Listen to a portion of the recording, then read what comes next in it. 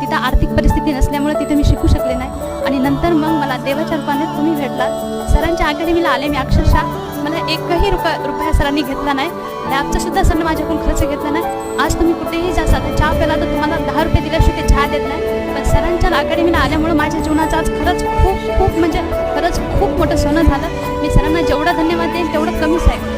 काल अक्षरशः निकाल लागलेला, सरला पहिला कॉल केला तर असं मला बोलताही नाही गेलं की सर मी तुम्हाला सांगू तरी काय, कारण एवढं आजच्या काळामध्ये पैशाशिवाय काहीच नाही। पण कांगणे सर असे एकमेव सर आहेत की त्यांनी मला खरंच, माणसाला जेव्हा पैशाची गरज असते ना तेव्हा माणसाजवळ सगळेजण असतात, पण जेव्हा माणूस गरीब असते ना तेव्हा माणसाला कोणीच नव्हतं। अक्षरशः गाव जेव्हा सोडलं होतं तेव्हा एक शपथ घेतली होती की जोपर्यंत मी जॉबला लागणार नाही तोपर्यंत मी गावाकडे जाणार नाही। आज जवळपास 1.5 वर्ष झाले, अजूनही गावात मी पाय ठेवला नाही।